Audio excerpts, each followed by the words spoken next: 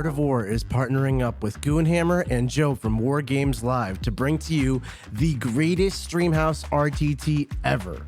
We've gathered the strongest competitors out there. Quentin Johnson, Kazra Hushidar, Adam Camilleri, Mark Perry, Nick Nadavati, Richard Siegler, John Lennon, and current ITC champion Jack Harpster. These brave warriors are going to duke it out for you over a double elimination format Thursday, March 30th through Sunday, April 2nd. 15 games, 11 rounds, all streamed to you on the Art of War YouTube channel. We asked our friends over at Goodhammer to seed us and put us into a bracket, and then in reverse order of seed, we drafted factions. 8 top players, 8 different factions. We've even partnered with Away Games, who's professionally painted 2 beautiful sets of Art of War specific terrain. That's right, we're creating our own Art of War tournament terrain set. Watch live, and not only can you catch the action in real time, but you'll be entered into a raffle to win prize support from our wonderful sponsors, objective markers from 3D6 Wargaming, Army Painter Mega Sets from the Army Painter, Warp Fire Minis, Big Bear 3D, Table War, and so many more. Keep an eye on the Art of War YouTube channel for daily list reveals starting Wednesday, March 15th. All games will be available for rewatch for our lore members at any time. We're here to rumble. We're here to fight. Butcher's gonna butch. Hi guys, it's Mark. I'm here to talk about my list for the Streamhouse RTT, my breakdown, my round 1 into the good old Nick Nadavati, and, talk a little smack. Maybe tell them that, demons aren't all that what they need to be, even though they got a crazy good win rate. But I'm going to chop them up. Anyway, breaking down the list. We're going to start off at the top. We got Lord Avocado, Lord of Guacamole. Well, he's got the Royal Drake because he's good. That pregame move is massive for tempo, positioning, and a lot of mission plays. And most of the time, honestly, it's about the threat projection. Not always committing to it, but telling your opponent, hey, look, I got 34 with 8 bound turn 1. I got 36 in threat range on the Lord himself. And, it makes people kind of like screen. Sometimes play a little bit back. I dig that. Then we got the bread and butter of my list. My MVP, the dual princes. One has the Talisman of Talisman of Rage. I was thinking the Chaos Space Marine one. Whoopsie. Burning Blood. That's what it is. But Talisman of Rage. This is a relic that in the command phase, you target a core unit within 9 inches. Until the next command phase. 6 is to hit auto wound. It really helps out with some of these core units when definitely you're torpedoing up with 8 bound turn 1 or 8 are berserkers. Really kind of helping out with these harder targets, getting around some transhuman strats. And, just making them a little bit more efficiency. I really like spending the 1 CP here. Definitely for spending another CP for the second prince. Now, the dual princes in this list function as my late game units. Once turn 5 comes around, they're going to slap and just have all the blood types. They're really good at clearing out units and just picking up just characters, remnants of squads, and sometimes full-on squads independently. And they can take chip damage and still operate at full strength. 8-bound berserkers, chaos spawn, all these units do not function as well, when they lose a couple dudes. They take a couple wounds, their efficiency go down. Demon princes, they're going to be full-on efficient, just as killy with 1 wound as they will have 8 wounds. And the fly 12-inch move in the late game for cleanup is really, really strong. My game typically, is a pacing up for a 5-turn game with world leaders. So what you want to do. End goal is have either spawn or berserkers, and then 1 8-bound unit of some type, probably exalted. And the 2 princes in my last 2 are turn and a half left in the game. Those are my in-game pieces. And the demon princes do so good at that because they can, at that stage, they're just such a menace. And then also, they give me small incremental fire across 5 turns that really allow me to chip units, kill trash units, and just, kind of lay down like a little suppressing fire for characters in the mid to late game because they have to be careful because, it's good stats. Across 5 turns, the idea is that I want to look at it as it's 30 shots between the 2 of them at strength 5, AP 2 damage. For 5 turns. And mathematically hitting on 2s, that's a lot of firepower when you consider it spread across there. So I really dig Demon Princes here at 165, strength 10. It's awesome. They just so good. They're so tasty. Definitely think it's worth the extra VP to buy a second one every single time. I'm currently now with dual princes. I think I am, I want to say like 19 and 2 with Demon Princes, dual Demon Princes builds that I've been working on. Not quite sure. I have to go look at the natives. I've done some different versions back and forth. Then at the bottom, we have a Master of Executions. He is just here, act as like a pseudo third Berserker squad, and sometimes bait people to taking Assassinates, because they see the 13, and then he can either sit back in the back, do nothing, or hold an objective, or trade. He has a lot of little niche, little cool things you can use for him. Then we got 2 units of 5 Berserkers. He's got Eviscerators and an Icon. They're so good for just Berserkers. They're playmakers. They're late game trade pieces. They're early game trade pieces. There's so many pieces. There's so many tools and ways that you use Berserkers, and it's really changing matchup and situation that you get into as a unit. They're just, your bread and butter. I only have 2 in this build because wasn't sure where Deathwing was going to come in. Some of these tougher meta right now. I was a little bit worried about some extra hard tanky stuff. So that's why I only have 2 units in this list, is to bring up my higher damage and a little bit more average T5 across the board. Therefore, I would not be as prone to those tanky Terminator type metas or really hard hitting, or like Knights, bigger, greater demons, and stuff like that. Normally I take 20, but in this build, as we keep going down the list, you can see those spawn units. I swap those out to help out with more of the stuff that's right now, I think, a little bit more prevalent in the meta, but also probably what I'll be playing against. So my 2 Berserker squads are really like my little like scalpels. I make sure I time them and really think about what they're going to do across the game and make sure I get efficiency out of them. So I don't have as many to throw away, but I do put a lot of thought into how I will use them in every single game. 3 units of free 8 bounds. These are just standards with Lassiter's on the Sergeant. These guys are just awesome. At 120 points, they do a lot. They're typically my openers. Lord Invictus, Invictus, I can't do it correctly. Words. Free 8 bounds just with him. The first turn is massive for getting blood types going. Blood God's Due, Blood for the Blood God, tempo, getting sometimes banners up in these awkward positions. And they really do a good job of picking up shaft, random characters out of position, or doing chip damage to like harder units before buffs are up. If you go first, you can hit people before their command phase is up, so you can get past a lot of defense that they could have going forward, do some chip damage. They're really just a flexible unit. They act like they have Berserkers, but they are more based around killing versus utility. 3 units of free Exalted 8 bound, double chain fist on the Sergeant.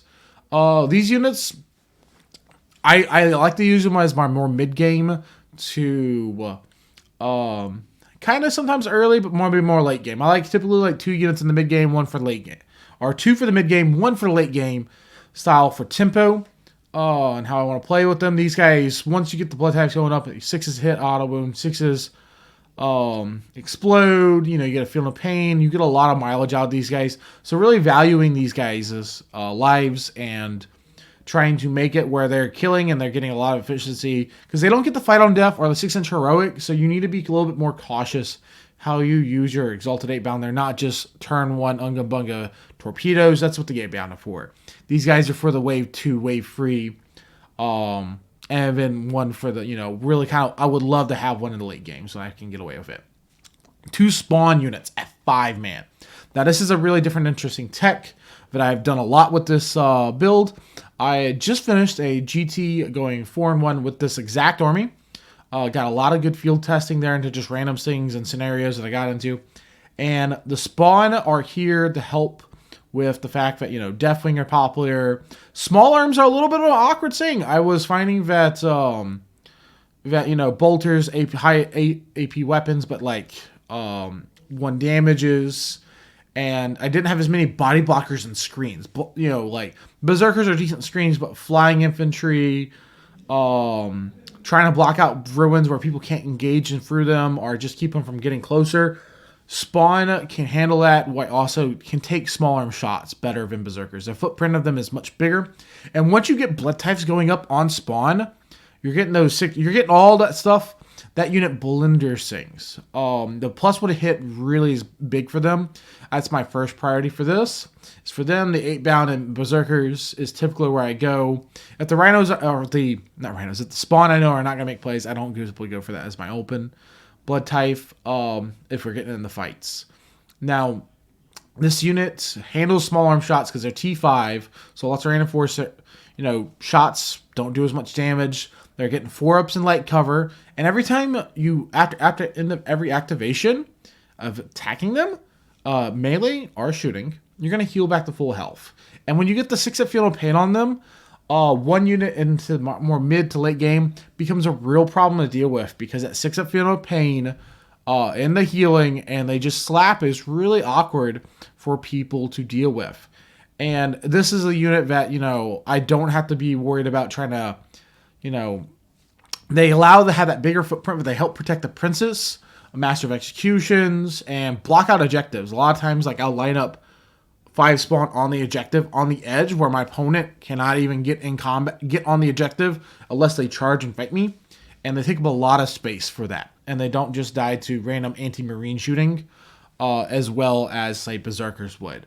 Because that T5 and that high, extra wound count. So little pinker fires or smites they can handle. That's another thing is the mortal wound, 5 against mortal wound blood type is massive on this unit and a lot of weird a lot of random mortal wounded generation abilities and armies don't deal with them as well. One solo spawn because you gotta have someone hold the home objective and hold the fort, be chill. Sometimes he gets a kill. I had him kill Bloodthirster this weekend. That was really cool.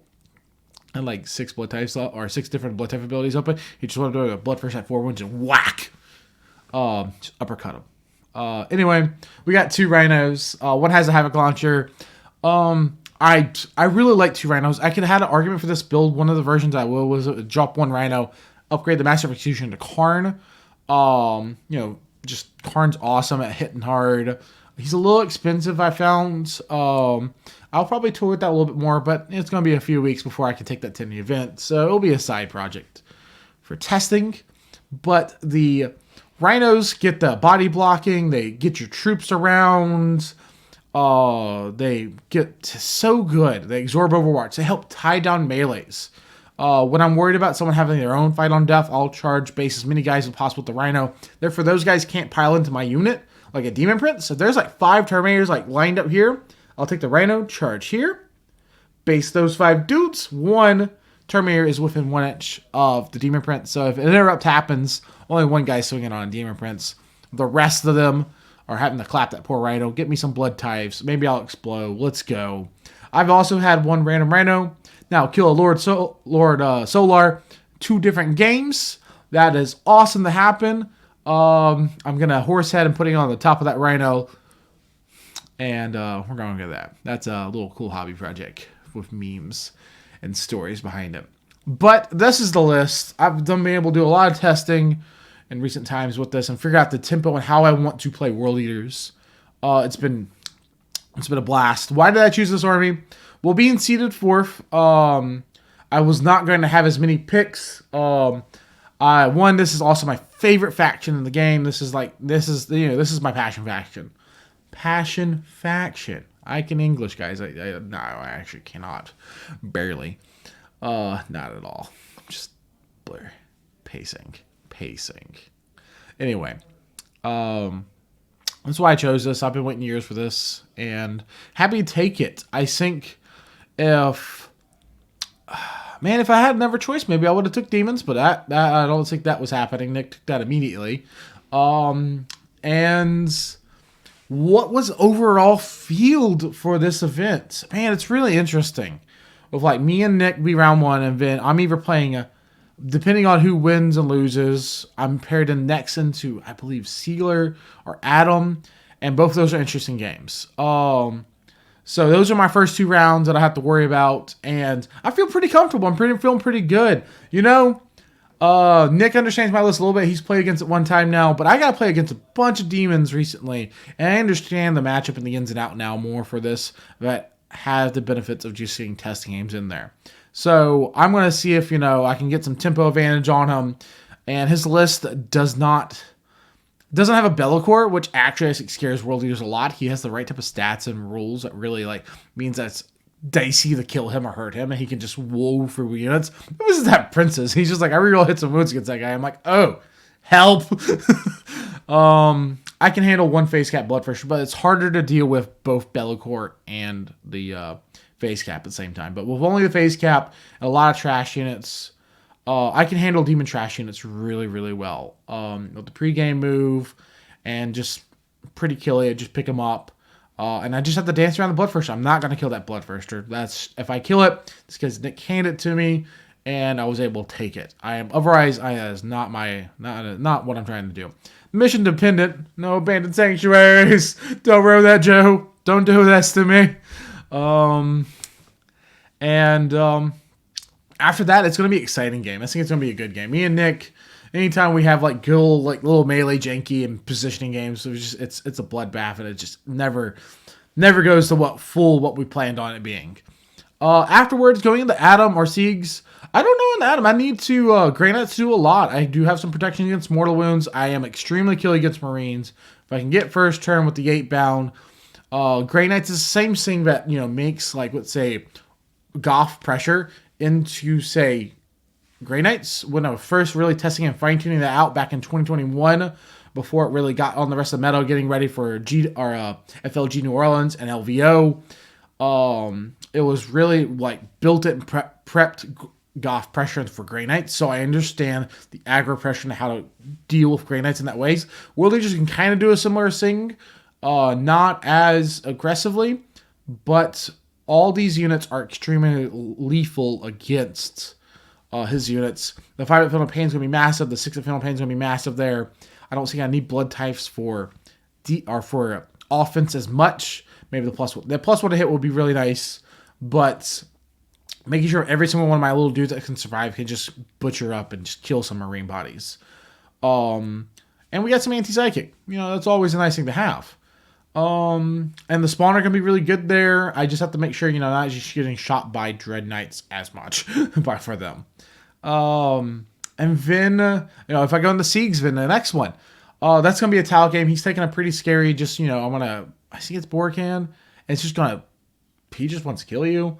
You know what? I'm okay with that. Blood for the Blood God, I'll die and I'll get VP. I'll take Blood God's due.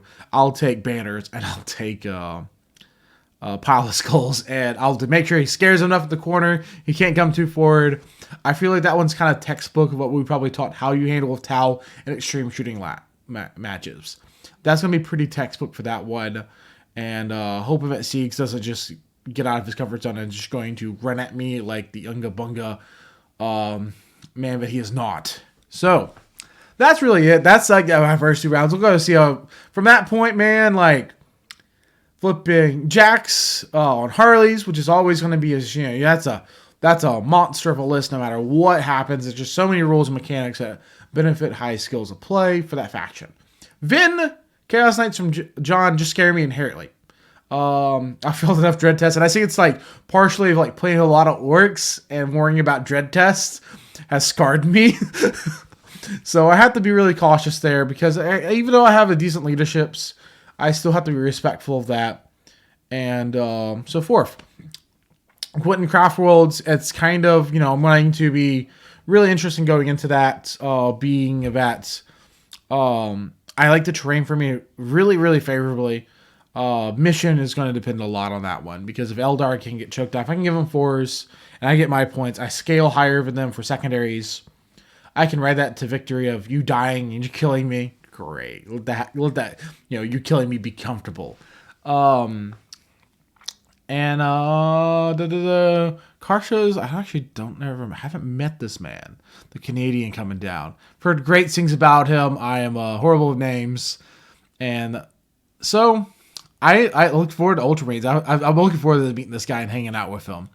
So Ultramarines, I've played so much Thomas Bird before. I've played so many random Marines.